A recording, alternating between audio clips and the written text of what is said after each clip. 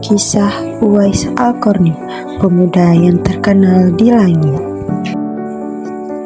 Di sebuah negeri sederhana di Yaman, hidup seorang pemuda yang tidak dikenal manusia, namun sangat dikenal di langit. Namanya Uwais Al-Qarni.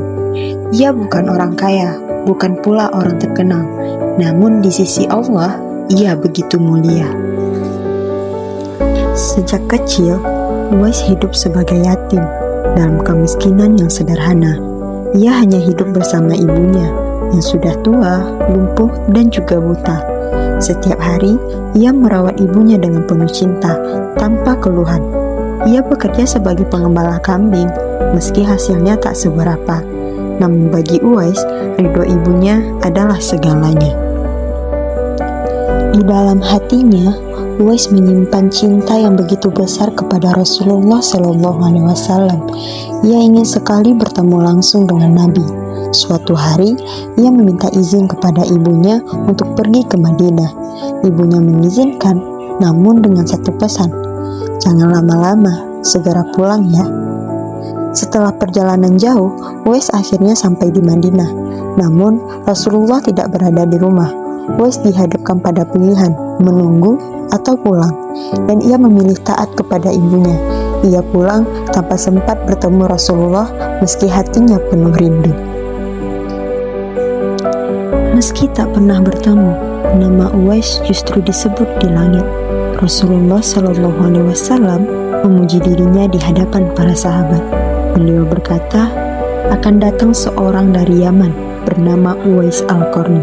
Mintalah doa darinya karena doanya mustajab. Betapa mulianya seseorang yang tidak dikenal oleh manusia, namun dikenal oleh Rasulullah SAW. Suatu hari, ibunya ingin pergi haji ke Mekah, namun mereka tidak memiliki harta, tidak memiliki kendaraan. Uwais tidak menyerah. Ia melatih dirinya dengan menggendong anak sapi, naik turun bukit setiap hari selama berbulan-bulan hingga tubuhnya kuat, dan ia benar-benar menggendong ibunya dari Yaman menuju Mekah. Dan akhirnya Uwais sampai di Mekah. Di hadapan Ka'bah, ia berdoa, "Ya Allah, ampunilah semua dosa ibuku." Ibunya bertanya, "Bagaimana dengan dosamu, wahai anakku?" Uwais menjawab, "Cukuplah ridho ibu yang membawaku ke surga."